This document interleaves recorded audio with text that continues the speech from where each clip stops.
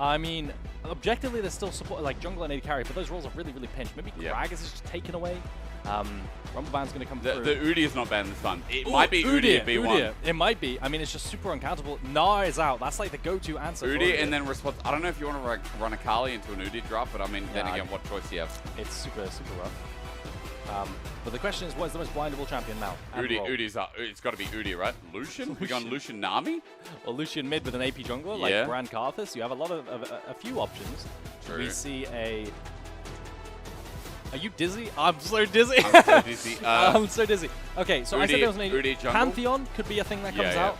Pantheon does rise up in priority. There it is. And then you pair it off with AP mids, like a standard control mage. Syndra's up and available. Maybe you go down that route. Or you can go away support. Support is Giga pinched as well. Maybe you go down the AD route, match into Lucian. You could assume that OMG might have to go for like an Ahri strong jungle. Like we haven't had Talia or Ahri, by the way. We haven't had Ziggs either. No, we have had Ziggs, haven't we? In AD carry.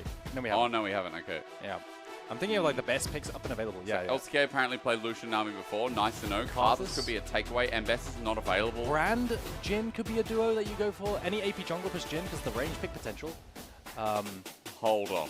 Jhin is definitely the best AD that's left available. Yo, how does Nunu fit in? No, it's Pantheon. It's got to be banned. Okay, so now do you go an AP jungler into Pantheon and form like some kind of Lucian mid plus AP jungle duo? Or do you put Lucian down in bot side and you have flexes, right? That's the thing. You have a lot of flexes, so is Poppy now the best top laner up and available, and do you have to go something to counter it? Lucian Nami is in game 5 of Fearless. Yep. Mental. Jhin. Now, the problem Renata? Renata hasn't been played I yet. like Lucian Nami a lot because Nautilus is already out. All the hard engage into Nami's gone. Oh, yeah. Do you go Blitzcrank? Do you go Pike? Like, what options do you have into Lucian Nami? You got to pull it now because they'll double support ban, It's right? really difficult to draft. Otherwise, support pool is rubbish. Exactly. So I think what you do... Oh, Karma. Ooh. Match the range. It can be top. It can be Karma top. It could be. It could be mid too with the AP mid, but I think it's more likely going to be support to match the range and you neutralize lane. I don't like it because I think Karma support is incredibly weak. Veigar could be a good pick for mid this game. What are you yapping about? I'm going down the pool. Like, imagine Veigar with Pantheon. I'm trying to think. The best champions with Pantheon would be pairings like Diego has. So stuff like the Ahri, the Talia, and so on, because they set up each other. Yeah. Udi are going to be taken off the board because that's probably the best top lane up and available. I'm thinking of the other tops. Gragas is still up, and that's the only one I can think of. Camille gone. Camille is not good, by the way. So they're really far down the rabbit hole. Top laners, get your pools out. This is tricky. Ala Aatrox, also an idea, by the way. Aatrox, yeah. Usually Aatrox is the AD mid go-to. Yep. Udia ban does set up Aatrox. Oh yeah. Volley also open. It's never volleyed. So there's the Talia ban. What does Talia ban set up? Azir? Talia ban does set up Azir. If they want to go down that route, that's more LEC. Ahri's gone. Maybe it was setting up the Ahri and that's why they had to pinch. Oh, they're hovering. Scout loves Zoe. By the way, this was like, when he does the 1v1s, he gets his band against him because he loves Zoe. And I will say with Pantheon, I think the pairing's strong. If it is. It is. They need an AP mid laner. They're going to lock in a Kali. Now, this is technically a flex. Yeah. Does Ale play a Kali? No idea. But it looks like it's going to be set up for R5 top lane, and now that is a difficult job. Your most blind pickable top laner is going to be Aatrox here. Yeah. Or Gragas. And then we might see a handshake of that.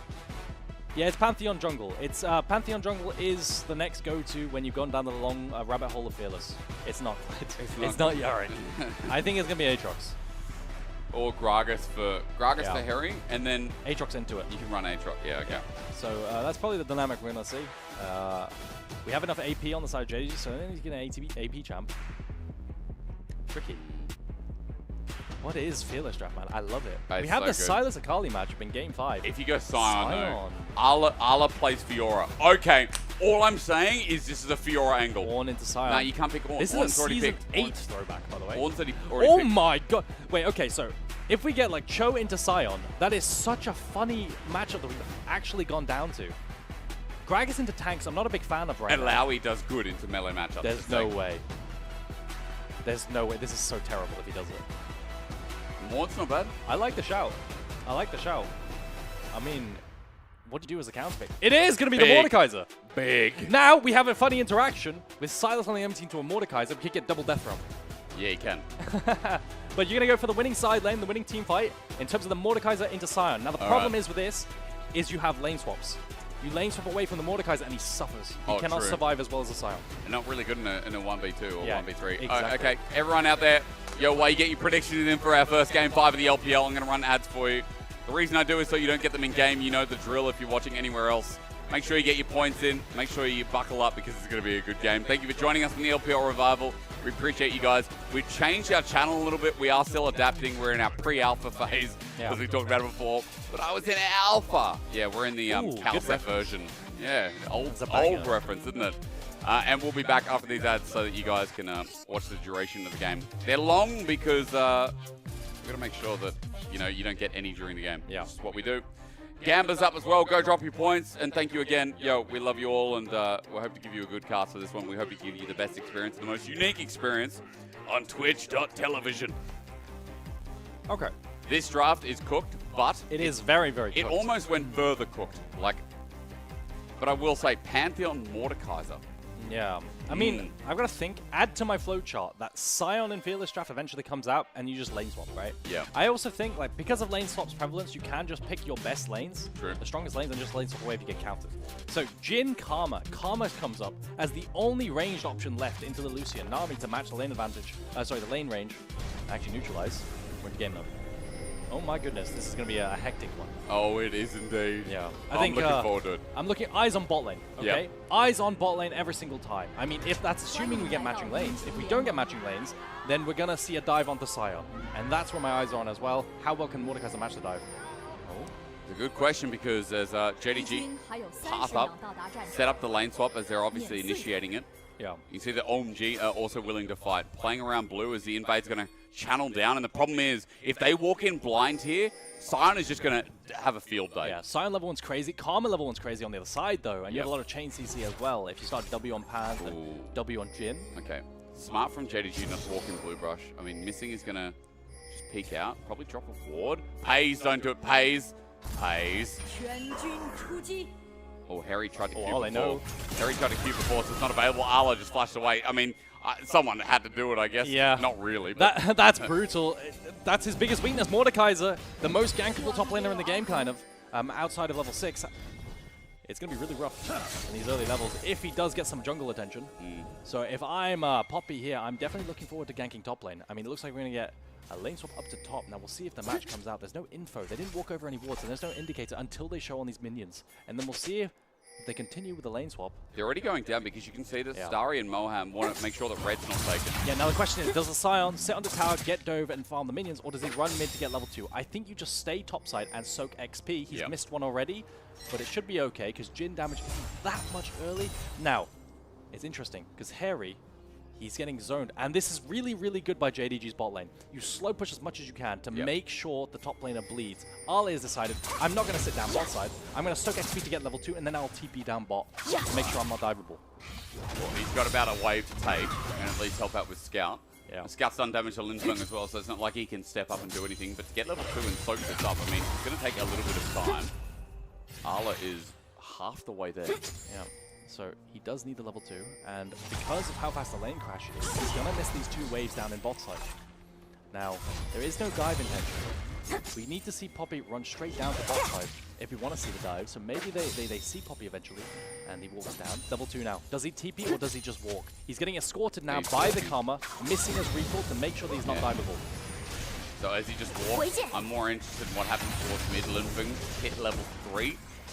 But Starry Moham, first plate already going to be taken. I mean, it's going to be a lot quicker than the Jhin, naturally. Hayes is going to suck at getting any turret plate in this lane. Other thing as well we need to mention is that for this Sion, I mean, the itemization is going to be a bit easier too, right? You just go Tarbies early or I mean, you don't go Thorn, you just go If he's landing against Jhin, then he can just go Armor, right? And it's really not the end of the world. Really good against Pantheon too. True. Now, my only problem here for JDG is that they've been swamped on, so they've had to rotate their support down to avoid RLA being completely zoned away and falling too far behind. But now you're sharing XP with your Mordekaiser. And your Mordekaiser is supposed to be a counter pick into the Sion. Instead, what you have is a duo lane who's falling behind the solo lane options. And you have a solo lane Jhin. Close. Shuriken flip taken. Scout maybe regretting that Linfeng damage, but never mind. Shun to the rescue. First blood of our game 5 goes over to Shun. Massive clap and a nice bait from Scout under the tower. I think Silas took a tower shot there as well. Linfeng gets baited in. It's an insane gank by the Pantheon already. It's crazy that he didn't, and it still felt like he did because of the damage that came out from Shun. I mean, the power of Pantheon early. Oh, look at all this CS, man. And the problem here is sharing XP means you go down XP, which means you hit every single level slower. Mordekaiser loves hitting level 6. He's delayed on it, so he won't have it for the first grub fight. And now you can't ult a jungler away on these grubs, right, to deny the smite. That's a massive implication of sharing XP on Mordekaiser that this lane swap has caused. Missing has to hold the wave here. At least he has himself an Inspire to shield up. But for Missing, as he holds the wave, he's now back in a normal state with Pays coming in. So doesn't look like it's going to be a freeze because the wave is too far pushed up towards that side of the lane. But what's wrong now? Arla? Arla has to crush this wave. He has no damage, and the bot lane's swapping up again. So he's going to be matching into the bot lane 1v2 again. You can see Karma knows he's going to come on the map. And this is why you talk about Mordekaiser in the lane swap situation in comparison to something like Sion that, you know, naturally with experience as well and his ability just to hit minions and get passes on W, easier to stack up, so much easier. Sion was actually one of the responses last year towards the lane swapping for good reason. And this is why we don't get funky counter picks to champions in top lane anymore, because you just lane swap away, and they're forced to go down XP when you share with the support so you don't get dove. So now, look at what's happening up top side. You constantly get mismatched lanes, constantly bleeding on every single crash, and now whoever goes up topside could be dove. You can see Missing and Pays already making their way up towards topside, and they have to face Heng. Missing against the wall is dangerous, but I think Heng's not going to go in, especially with Pays by his side. The bottom wave gets access through the tri-rush so that they can start getting some experience up here, while OMG are looking for yet another plate on Starry. Double 4-5. No dive here should be possible. I mean, it's impossible to dive for 3 versus 2 in the current iteration of the game. And the minion wave is going to be bled out. There's no cannon. Grub control, fully towards OMG though. And bot lane push, this is important, because Hery does have TP. Bot lane push is going towards the Sion. If he wants to TP up to this grub fight, he can. I wonder if there's ever going to be any kill threat from Arla this game. Maybe like before 20-25 minutes against Hery. It just feels like that top lane matchup. I mean, Arla's just going to be behind for the longest time. Yeah, I think we could even see level 4 to 6 at one point against the top laners. Nice little mechanics. I mean, okay, let's see. Sion's already moving upwards. He has level 6. He can ult TP flank. It's coming. I mean, he can ult, but instead with the TP, he can ult at melee range. Pays in a lot of trouble. Heng almost gets the wall. The teleport takes so long, but an unstoppable onslaught is now available for Hery if he looks for the turn outside these grubs. Grubs. Yeah. By the way, Sion being at grubs, the W passive stacks on all the mites. Oh, really? You get health bonus from all the mites. So Sion just being here, like, when mites spawn, it's sad that he's backing, but if you just queue the mites, you get like 4 or 5 stacks. It's the same as with Aurelion Soul, he gets stacks on each individual mite as well. Yeah. It's so broken being available for that. Yeah, that's nice. You can see on the response, you have Ale freezing a wave down bot side to make sure he can continue to farm once Hery comes back, and the Pantheon has secured jungle. So he's ulting back to make sure he doesn't miss too much on the freeze. Transformers, Hery in disguise. Okay, dude, he's so far ahead of this Mordekaiser, hey. Yeah, he really is, and that's the problem. I mean, he still doesn't have ult, and when you're this far behind, you're not even an anti-tank at this point. Your ult doesn't really do anything. Mordekaiser from behind, I'll talk about it a bit, because we never see Mord outside of 369. He really, if he is behind, he largely becomes just an ult bot to isolate the most important target. And that can be Moham on the Enchanter to break up the Lucian Nami duo. That's actually quite nice. Or the jungler with the smite. Usually those are the way. Even if you ultimate a tank, that often can be unimpactful. So I can't wait to see what Ale targets. I mean, his trades are losing right now. They are. Scouts are not. Linfeng at half HP, and Scout's feeling pretty confident on this Akali. Ult was used, by the way. That's why you see that everything's looking a little bit red. Hery looking to turn it as he just takes a bit of grasp. I assumed it was red because of the ulti. I'm pretty sure that the domain was used. Yeah, I think it was as well. No, wait. But it's still up, so... That's confusing. Maybe it's just the passive. I saw the ghost thing as well. Yeah, you see the problem is, I think with this Pentakill skin, it has that red ghost as well. It looks like he's on fire, so... I guess not then. Ignore that. Yeah. Just confused me. What is Mordecai's ult called? Something about domain. Death Realm. Death Realm. Is it actually just called Death Realm? It's a very long cooldown as well. I think it's 140 second cooldown, so if you use it like that, it's not guaranteed kill. Yep. It can be a bit of a waste. So he might save it now for the next grab respawn and then take part there. Scout again. Moham's here to help. Scout still with the all-in. He gets everything down. Starry flashes away, but this is the problem. Lucian Nami, Joe's biggest scout, flashes outside of the culling. Missing here to finish off the kill. He just needs a little bit more damage, but with Lucian and Nami together, it's made so much more difficult. Aqua Prison and Moham for the trade with Heng behind him. This Poppy running, sprinting, but no flash available. And missing, almost out as the Hammer Shock in range after the shove. Heng gets a trade. Linfeng almost dies under turret. He stole the perfect execution. But for Scout, getting out there was slick. I was worried for Scout there right at the end, but Linfeng, he just taxed tower for no reason. Pantheon's going to come in, but everyone should be out here. It was so almost well played, by the way, by Moham. They flash. Moham flashes in front of Starry to try and body block the Karma Q, but it doesn't quite work out, and he still dies. Starry almost outplaying, flashing the Q from Scout as well. And it's going to be another winning play for JDG. They try their best, but they don't succeed 1 versus 2. They're not. I mean, Scout almost picking up the kill himself. It's a shame that Missing got it, but bro, Scout is 30 CS ahead of Linfeng. I don't know what happened with the Silas. Like, we saw some of the trades mid. He constantly got bullied out, but like, I don't know how he felt this far behind. Yeah, and you can see in this engage, I mean, Starry lands, it gets hit on by absolutely everything. E included as well, dropped to 100 HP, the heal comes through, and then he flashes the Q preemptively, which is great. This looks good, but then it's rough, because Missing comes and the base damages are there. Now Moham is going to try his best to block the Karma Q, but it's still, the AoE is still so I think Starry and Moham, if they space a little differently. Bro, shout out to Moham though. I mean, the respect there for like trying to make the play happen. And now watch Silas. He's gonna go around and just tank tower, and yeah, Linfeng, nice attempt. Okay, you don't mean that. You were wondering how he felt on CS. Maybe it's been a bit of that in the lane. Maybe there has been. He's 1k gold bleed down on Scout. Bot's even, top's not. Yeah.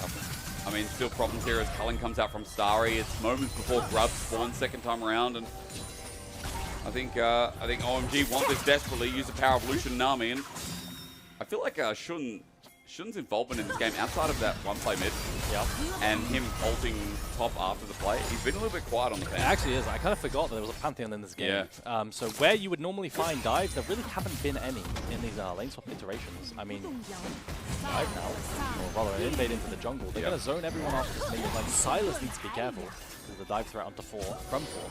Oh.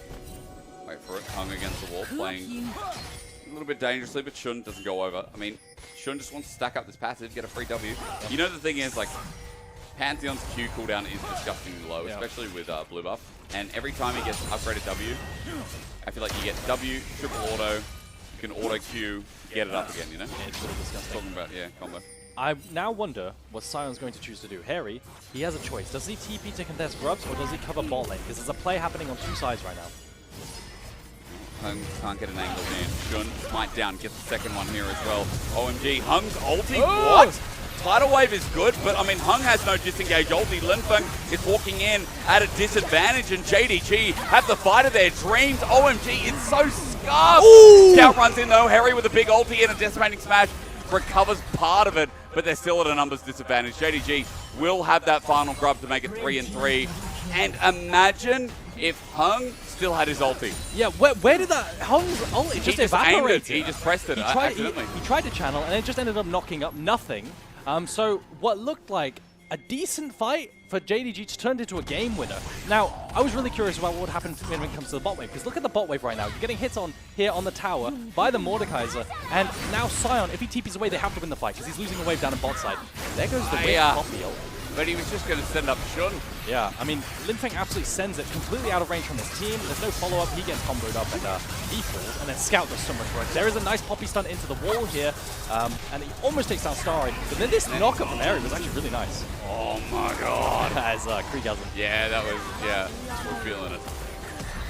I mean, Hery, good setup. For what it's worth, OMG, it's not game-breaking, right? But there is a gold lead now for JDG. Pay's got a couple of kills on the back end. And Pays went static Shiv first, but he's now ahead of his counterpart as Culling comes out yet again, Missing's just out of range. Starry's really trying to be this aggressive captain. Yeah. OMG, as they try and play through this 2v2. Cleanse comes out. They're still going. Wait, Pantheon! Oh, Shun's nice close, flash. but Heng saves the day again. Shun is going to die from this, or at least getting close to, as Moham with an Aqua Prison is out of range. Heng has been actually really good. Outside of that ult in the last fight, I think he's been really good. Yeah, outside of that, the counter ganks have been fantastic, but I also think Starry, with the preemptive flashes onto spells. First it was Scout's Q up topside, and that dive 1 versus 2, and then also now onto that spear, he flashes it preemptively. He is Super nice. good. He's good. I actually think Starry's mechanics have been great. Yeah, they're great. And Linfeng's had some moments in games, but like the consistent person's definitely been AD carriers. Yeah. Speaking of Linfeng, that 1v1 with Scout, I still don't think it feels very good as Arla ulti's under turret, but this is optimistic. Yeah, I think Arla might be in a bit of trouble. However, he has his W available, it looks like, so the shielding that can come through gives him a bit of time. Hery's just running away, he's low on mana. Shun's not even nearby.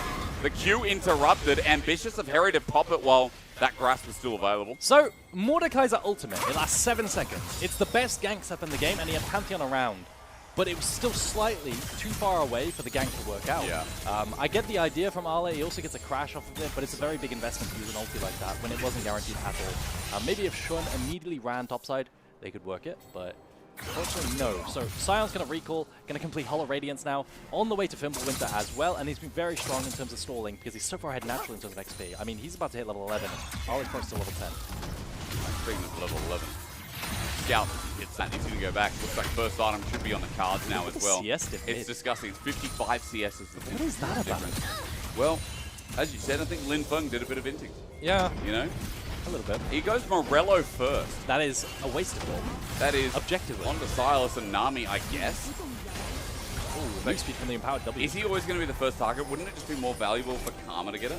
It's going to be. It's much more valuable for them to get Oblivion Orb into something like this. This is a massive waste of gold. It's so expensive. 70% gold efficient still or something? It's something absolutely terrible. Yeah. You never upgrade past Oblivion. So maybe they'll make up for the CS dip. Maybe it will. Maybe. Maybe it will. Yeah, he wanted to make it fair for Linfeng. It is a game 5 after all. Heng's angle though. Look at this. Heck flashes in, gets slowed down, but against the wall this time. The ulti's beautiful. Oh, man, the sync up with Moham and Heng with Starry to knock it down. Absolutely excellent. I mean, there's no counterplay either because Pantheon, Shun is just farming in his jungle. So no vision around mid and a lot of vision for OMG, which lets them dash forward. Starry, even without flash, has the confidence to dash forward, which is something that Lucian often relies on in the mid lane. And this is what we see a bunch, right? With Lucian, Nami in the mid lane, they just dash forward off cooldown onto the immobile carries. And I like this. Game 5 Villas, bring it back. Scout, he's going to get called out for this on Twitter, I think. Yeah. You're gonna call out Scout. I might have to do a cheeky tweet while we're live. I might have to throw it out. Oh dear. The Hysterics call out. Watch us be completely wrong, and there's going to be some analysts saying, no, actually, it's 101% cost efficient. Yeah. But tower damage coming in, 3 grubs. So Linfeng actually going to do reasonable tower damage to the tower there. Completed item as well, versus what, 1.5. Now, mid lane tower pay, he's going to walk up. Has flash this time. So if he does get dashed on by Lucian, shouldn't be too bad. But Heng out of mana, gonna have to recall. The rest of the team's coming in. I mean, they don't want to stick around at JDG. Weren't going to do anything more with Starry and Moham on the recall. 2 items now, by the way. Oh! Rapid fire and essence for Starry. I mean, this Jhin went the little electric item first. Like, what's going to be better, you know? I think he's like, his idea is to get wave clear. The rest of my team doesn't really have any. Also, you know, you can snare off the Jhin, the stack Jhin. Yeah. Ooh, nice movement. Really good movement, but the flash in means that Moham can't move himself. He's under turret, tidal wave comes through eventually, and Starry's there to defend. Culling used as well, Q just out of range, and this thing also poked and prodded just a little bit. So, mid is getting spicy, and this bot lane, I mean, I love that Starry and Moham are so aggressive. Like, yeah. They are playing the Lucian Nami to its peak. This is what they need to do. Ooh. 1 versus 2ing. In again. Shielding out, but you know that they win the 2v2. It was burnt though, and curtain call going to be used, but dodged away because Linfeng was coming in with a Abscond Abduct. Yeah, having to cancel the pressure they have around mid lane. Now Rift Herald, that's his tower gone. Yoink. And now, every single time Lucian dashes forward, there's no tower to fall back on. True. The other side. Very true. See if they can get another charge again, but Pace, no, he just one-shots it. Yo, close game for game 5. 2 dragons really, for JDG. Really they got feat of strength, by the way, because they got the objective. They got 2 dragons and Herald, right? But I was listening, and I think it was Meteos who was saying it on their dive, their little intro teaser. Okay. That like, because Riot took all this gold out of like first turret and like these other things like objectives or anywhere else on the map.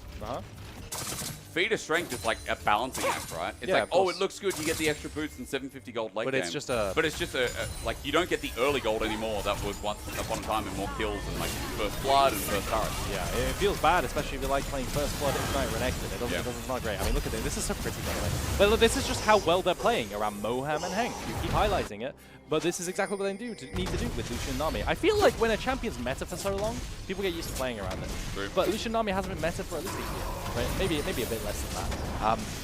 And this mid lane pressure, JDG are not matching it well. I mean, Starry out here looking kind of like Elky Love. You remember Elky Love? You remember Elk in MSI 2024? Yeah. Dashing forward consistently, man, he was good.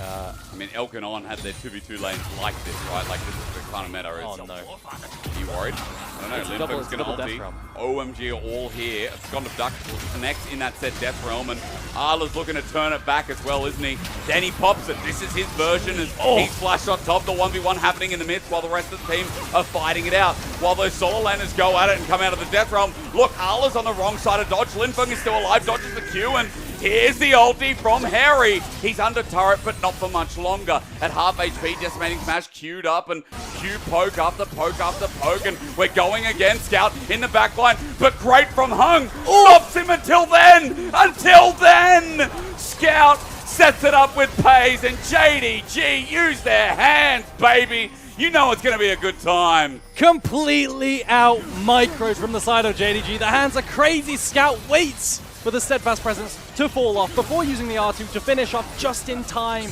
and before dying. Now, Linfeng was huge in that early play, and it looked like a good play for OMG until the flank came, because he bought so much time in Arla's Death Realm by dodging all the spells. But then OMG turned it around with the insane flank. Scout is just having that kind of start of the season, isn't he? I mean, on the Akali, the moves are slick, and Morello's out the window. On top of all of that, Pays' ult, he managed to land every single bullet. So what happens here is Linfeng ults Arle with his own Death Realm, right? But then it looks bad for Linfeng because Arle then counter ults, and it looks like Linfeng's going to die. But then he's going to dodge, crucially, 2 spells in a row. So he gets hit by all of this, right? Eventually the Q's going to come through the next one, and Linfeng's going to sidestep it, which is super, super clean. Yeah. Watch this now to the right. And then they're going to leave Death Realm, and the E's going to miss as well. Sidestep from Linfeng right there. And that way, it's now a 5 versus 4. Heng then overextends, tanks some power shots, and a bunch of damage, and has to walk away. And this is where Scout comes in, baby. He sends it fully, and the timing on his R2 is insane, because the peel tools are there. God. He has to wait now until the steadfast presence goes away, and he waits and waits and waits and waits until he can go. Finally executes, and every single bullet's going to land. And he's got a shield from Karma as well, so these small pricks of damage that come through afterwards, doesn't matter. Scout, that was clean. Great setup from JDG. Big win. Riftmaker also picked up the Akali after the fight as well. And 3k gold lead. Heal's going to be used after tidal wave, but Hery, his angle onto missing slows him down. He might have the support, but Shun has dissuaded Linfeng. He has to get out with that TP coming in as well. Guess what? It's the hero of the top lane who's just been battered against the wall. Never mind. He Death Realms though onto Hung as Scout. His angle under turret yet again. Watch this Akali. He's just a backline threat from hell, man. Scott is that guy, isn't he? And on Akali, with now a GA, he has no fear. JDG started out rough. They started out messy. But when you have a mid laner like Scout, you can get away with anything. The team fighting from Scout, it looks great with the trigger pull from OMG from the Scion, but they don't have the damage to kill Shun. And after all the chase, back to the tier 1 tower, Scout comes in like a menace, diving the backline. I have to give props to OMG for this game. Like, it has been competitive. Like, this team is still a lot better than the 0-2 scoreline's going to tell you, but JDG, it feels like this game and last game, they're kind of woken up a bit. Yeah. And those individual mechanics that we highlighted from top-tier players, like Pays, like Scout, hell, even Arla, with that late Death Realm, they're paying off dividends. And this feels great, right? You're engaging, you're pulling the trigger, everyone else has to TP in to be on time. Now, what we said was, this looked great as well for OMG, but, you know, Shun's not taking damage. And now, the only way this works right now for OMG is if Mordekaiser gets one shot, but he doesn't. He gets the Death Realm off, and he's actually going to kill Heng and Death Realm after living on 150 health. Massive. Now the rest of the play come in. All the tools are used. Scout is unleashed. They also have Revive, so they can just fully send it. They have the confidence. And, Starry. I mean, it sucks to be them. Yeah, it really does. As you said, there's a revive there as well, but only one was used in the end. So we come back to live. Pays in a bit of trouble. Starry getting close, but he's rooted down. The turn from Pays all of a sudden is worse, and he gets the kill with Moham now targeted down the line. Scout's going to take short work, and Pays is given the kill. Ladies and gentlemen, we have all of a sudden moved to a 9K gold lead. Soul Point and JDG just keep turning these close fights that feel like OMG are getting given an angle or an opportunity, but that's taken away too. The plays are not working out for OMG. The first play, the quick play, and the pick with the Cyan ulti to buy time in the Atacom does not work out. Now, the dash forward does not work out for the Lucian, which is the only play you have left. And Pays absolutely spaces Starry, so that Starry has to auto-attack with the support in the AD. Now, they can flex this lead that they've generated over the last 2 fights. I mean, they've got 3 grubs of their own, so turrets are sure work, and Scout setting up bottom wave for the inner so that if JDG want to push through mid, then rotate, they've got that option too. Remember that mid inhib, it's not down, so that's one saving grace for OMG. The game's not a massive pressure play, but it soon will be, I'm sure. That's not a saving grace. That's a death sentence later on when they get the inhib at a more appropriate time. Another replay. So this is the only play they have left. Pick off Pays in the mid lane when he doesn't have a tower, but the damage isn't there anymore. They're falling too far behind. The shielding comes through, and watch the spacing from Pays here. He's going to keep out of range of Starry so that Starry can only auto-attack missing. True. And then the auto-attacks come onto missing, but not Pays. Moham then falls, and yeah, that's the last play you have really in the book. Yeah, I mean, Pays in this series, like, what was the Jinx game? Pays couldn't play. Yeah. But dive, I feel like the story of the series and the LPL right now is dive onto carries. Yeah. It's so hard right now. Dive seems really And there is good dive on this. There's a lot of mobility on OMG, right? Like, that top lane play just brutalized them. And Scout is going to get away with Morellonomicon first. A lot of people are going to be unhappy that this guy... Giga Chad wins with sabotaging his build. Oh, he wants to call out LS. Like, yeah. I mean, now, what does OMG do? They're getting TP'd on. The flank is there from Fog of War. They don't see it. Moham's being... He lands the bubble, but the chain CC is going to be there as well. Moham's going to fall. Yeah, he's just dead. I mean, Scout gets the burst, and now Starry's up next. As you said, dive on the carries. That's all you can do. Arla death realms him, and Scout's going to take care of Heng in the meantime. Jumps back. Arla gets a kill. Linfeng now as well. Flashes away from the deadly flourish, but luckily he has a blast cone. Never mind. Shun's here now too. The curtain call matches him. And JDG are picking apart all the kills now as well. This should be the final march into Helm's Deep. The flank from Scout with the teleport and Shun's global ultimate onto the backline, pick off Moham, and then they just run the rest down. Arl is finally scaled. He just has to pull the trigger. Ult away Starry, and now they can head towards the Nexus. That should be good.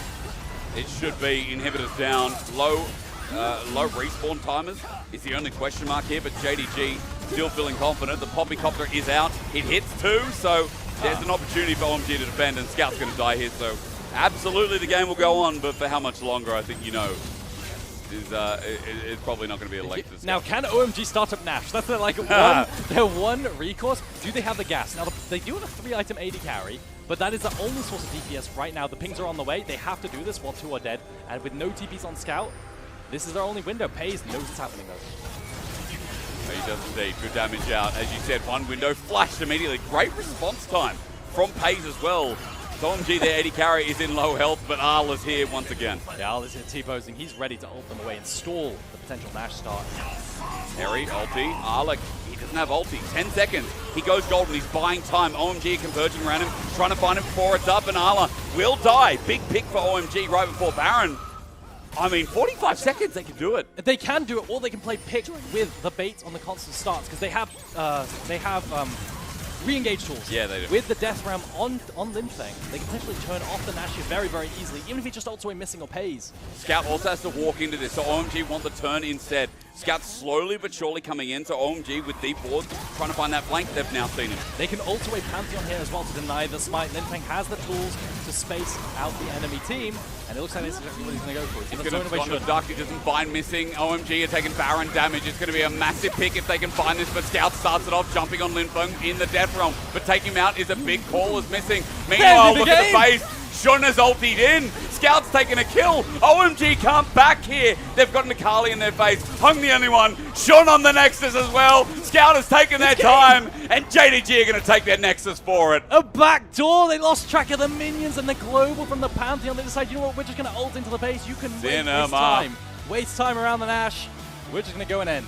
That's a great way to end the series, and what a series it was as well. OMG had no business being that competitive with JDG, but well, props to them. I mean, I think this team's exciting. I think Starry is really exciting, and it's rare, like, at the end of a cast, it's really rare for us to be talking about the losing team. Yeah. But, like, OMG in this series deserve a lot of respect. I think OMG, like, these rising players, there's no expectations because you have a jungler who hung around at WE for a while.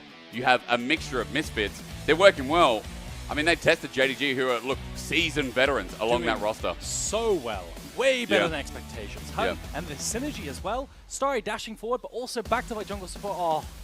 Oh, bro. That's broken. They were so close. Yo, that was a tough series. Like, to be fair, that was a really tough series. And I don't blame him. Like, with how much effort it was to get this close. I mean, that was a big best of 5. Damn close. Yeah. I mean, you just think back to every single game and all the drafts. Maybe you could have done things better. You wouldn't have gone to game 5 in all the situations. I think that early game was so good. Sorry, dashing forward. I keep going back to that. But the confidence you have to pull this out and then dash forward and create such a lead, it just came down to these team fights, the inches. And how will you play out the micro? Because I feel like on the other side, Scout. I think I'm not familiar with OMG players yet, but I think that was Linfeng crying, who like had a pretty decent series. He had a decent series. Unfortunately, went towards the end of the game. Had some nice micro moments on the side. That's the lane phase was right. But I mean, chat, how do you feel about that OMG roster? That's not a bad roster. It's, I don't know. I feel like we're kind of hyped up for Starry. Mid has a lot of moments as well. Heng had a really good game 5, I thought, as well. The Poppy was great. They're better than 0-2, yeah. Like, potential to keep it up. Now the problem is the format, right? Because if they're 0-2, then they have very few chances left, if any at all. They have to win a game. They have to. They have to win the last one, and then after that, if they don't, they're out. That's the problem with the format, right? Single round robin's always a problem. Yeah. But I do like the fact that LPL only has one best of 5 a day, one series. That is a good thing. That is nice because we can focus on it, you know. It builds a lot of hype for each day. Yeah. But getting these games where you have such clear favorites. Often you expect stomps, and today wasn't. It was nice. I'm not sure who the last OMG matchup is. I know Weibo, I think, is in the group, or is that Ultra Prime? But yeah, JDG might even best BLG. After that game, I would say maybe not, because there's a lot of gaping weaknesses in JDG right now. So remember, like, okay, another potential of our broadcast, especially for this first time chatter, we're not going to BS you, like. I think we have very real grasp on the series, and I think you're very good at that as well. I think JDG have a problem with jungle, where Shun, like their game 1, they didn't play to their draft. And Shun was very hyphy in a game that needed time. That feels like an eternity ago. They drafted Vladimir and fought consistently pre-6 and before Vladimir scaled, right? It's that their ability to adapt to different drafts and Fearless maybe is a problem, and just the variety of champs they can play. You're saying that they're potentially better than BLG, and as much as we say OMG had a nice try, they're nothing compared to BLG, right? And so to say that because they got close, JDG might best BLG is a terrible take, in my opinion. It's a terrible take. I guess we hate our audience. No, we don't. I don't hate you. I'm just being honest. We're always going to be honest. No, in all seriousness, like, it's a fair take, but I think when you consider that JDG struggled here against OMG, when you see like that, like they would get their floor wiped with them against BLG. But there were some really good games. Game 4, Game 5. Yes, this competitive form, but consistency over a series when you go all 5 games is really important. You know, playoff Shun will outperform Wei. The question is, though, you assume that when Shun also was one of the biggest inters of JDG in the series. He had some great games, great setup on the Wukong Cyclones at parts of what, Game 3 again, Game 2 or something. In the last game, he wasn't so bad. He was a little bit invisible, but maybe that was a consequence of the game. And he also did okay. I think the biggest selling point for JDG right now is that Scout's fitting in well. Arla has a really wide champion pool, which can be utilized in Fearless. Look at the effort from Starry. 27k damage, almost matching phase. And I think, it highlights the difficulty Linfeng had in this game. I think he had an incredibly hard time. I mean, I really like that duo. Moham is playing okay, I think. I think Moham's playing pretty decent. They're very close to popping off in a lot of scenarios where they were trying to body block the Qs, and the duo, you can see the potential. Yeah, Linfeng, not that great on Silas as well. I agree. I mean, his Orianna game was clean when he worked with Heng. I'm still excited about OMG, but like this fight, this hurt a bit because, you know, imagine the potential OMG have with the tools after finding these angles. And it's always team fights, I feel like. Yeah, the amount of skirmishing in the game, it always feels like teams are gapped in team fights and skirmishing. True. When it comes to the best teams versus slightly worse teams, it's always the way forward. And the inches there that were lost were from Linfeng dashing forward too early. But then you had great plays like this, where you had bubble into knockup. Clean stuff. I mean, Moham and Starry, yeah, again, big highlight here. This was pretty clean from Linfeng. While he didn't have the best game on Silas, I mean, like, this movement bought time. Yeah, dodging the Q to the right. Gave OMG an angle. This fight felt so OMG favored. It did. And then you just watch this from Scout. If Sion, Hery here, hadn't overextended so far and taken half his health, but I think this was just so winning. Yeah. Because then, you know, the front line's super tanky. Maybe there's an angle for Scout to do this. They're all focused in, and OMG just don't know what hit them. As you said, how nice is it waiting for the steadfast presence, and then Scout just helps clean up the pays. Who's the series MVP? That's what Chai's asking. Ooh, if it's a whole series, is it probably Scout? I think Ola had a great one. Scout. Remember his Ambessa landing in the ultis? Yeah, I mean, that was good, but Scout on Galio, Scout even in the Yone game. Yeah, yeah, you're right. It has to be Scout. I don't think it's Shun. I think Shun was one of the glaring weaknesses. I think Pays had a decent series. Game one was rough. The Jinx game was more draft, right? The Jinx game was like... It was also him walking up when he didn't need to. Yeah, that's also true. But it is difficult. I mean, the Ezreal game, he did that a bit, right? Yeah. So, like, right now, Scout or Ola? Yeah, I think it's Scout. It's got to be Scout. Yeah. I think series MVP for LPL English broadcast, aka us. Is us? No, not us. LPL Revival broadcast. LPL Revival, but we're LPL English as well. Yeah. I mean, we're LPL English Revival. But we're just, we just, with the name, you know, we've got problems using the name. People think of something else. Ooh, I didn't notice that, by the way. Sion Q interrupted Akali at Monty. That's so hard to do. Yeah. Nice. Well, we'll see the MVP soon. I wonder if we'll see like. I mean, game MVP will be Scout. Oh yeah, 100%. Series MVP for us is Scout. Dumpster play. Yeah. That was nice. I don't get the Shun hate. He's the best LPL jungler, but we watched the series. Regardless, we're not hating. We're saying in this series, Shun was a problem. Yeah. Absolutely, Shun was a problem. Anyone who can be the best can still have bad games. Absolutely. AK, for example, Caps last summer in League. That's right. You have a high standard of people. You hold them to a high bar, high expectations. So naturally, if they don't play well, it's very noticeable, right? It's like, as you said, Caps is a great example. Broken Blade currently is a good